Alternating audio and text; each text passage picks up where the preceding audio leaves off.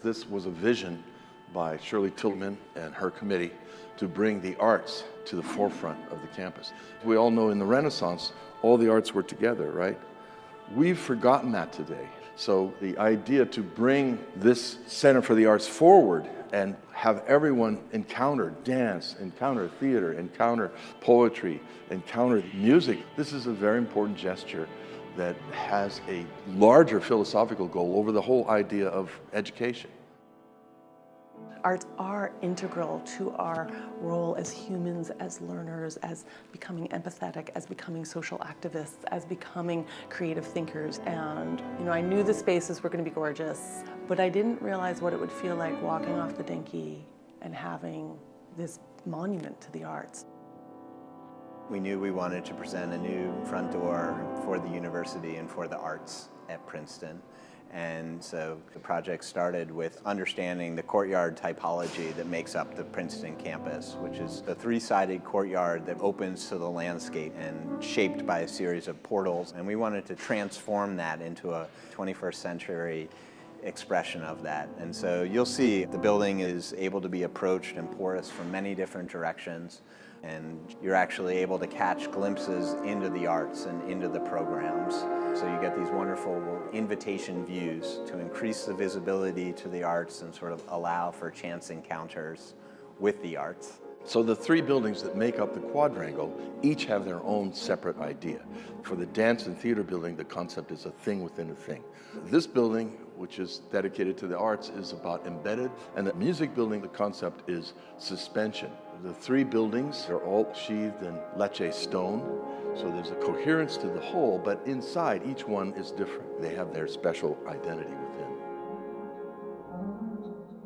In the music building, I had this impulse in the first sketch. I said, let's just separate the chambers completely and suspend them individually so there's no vibration transferred through the floors and there's no acoustic vibration transferred through the practice chambers. And there's a psychological separation.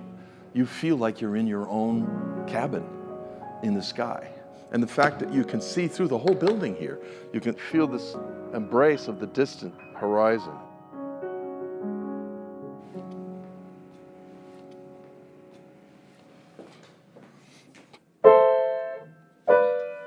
I think there's something concentrated that happens in these rooms. Maybe it's because when you arrive here on these suspended walkways, it gives you that levitation feeling.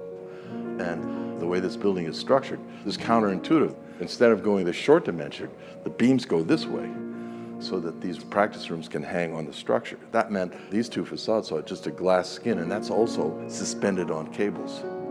And here you have the cables that are in very big tension to support this whole curtain wall. So this tension is just pulling down. This tension is pulling up, which I think is like stringed instruments that are in tension. There's the tectonic relationships to musical instruments.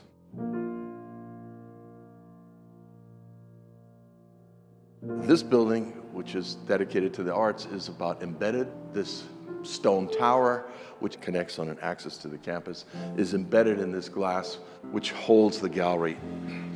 One of the things about having this idea that drives the design is you can work your details in each of the three buildings. You have these different things that happen because that was the conceptual strategy of the building. And the stone is from a 2,000-year-old quarry that the Romans opened in Lecce, Italy.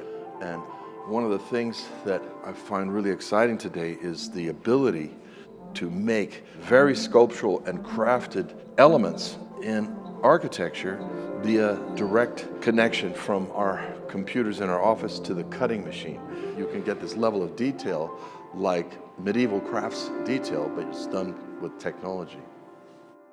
This is a room which is made out of this highly insulated glass. It's called Ocalux. It's like polar bear hair. This gives us a super insulation quality, and it has this cloud-like light.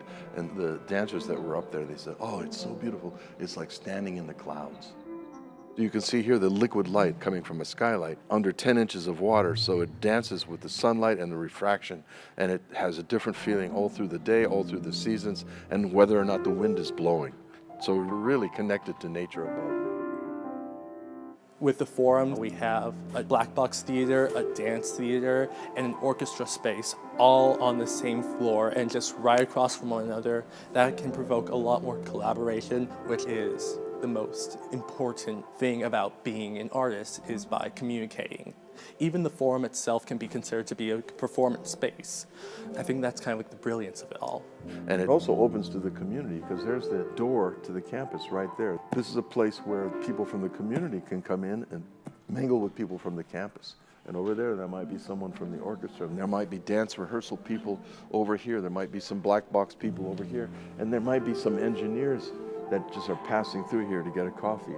And that's what this is all about, is bringing people together.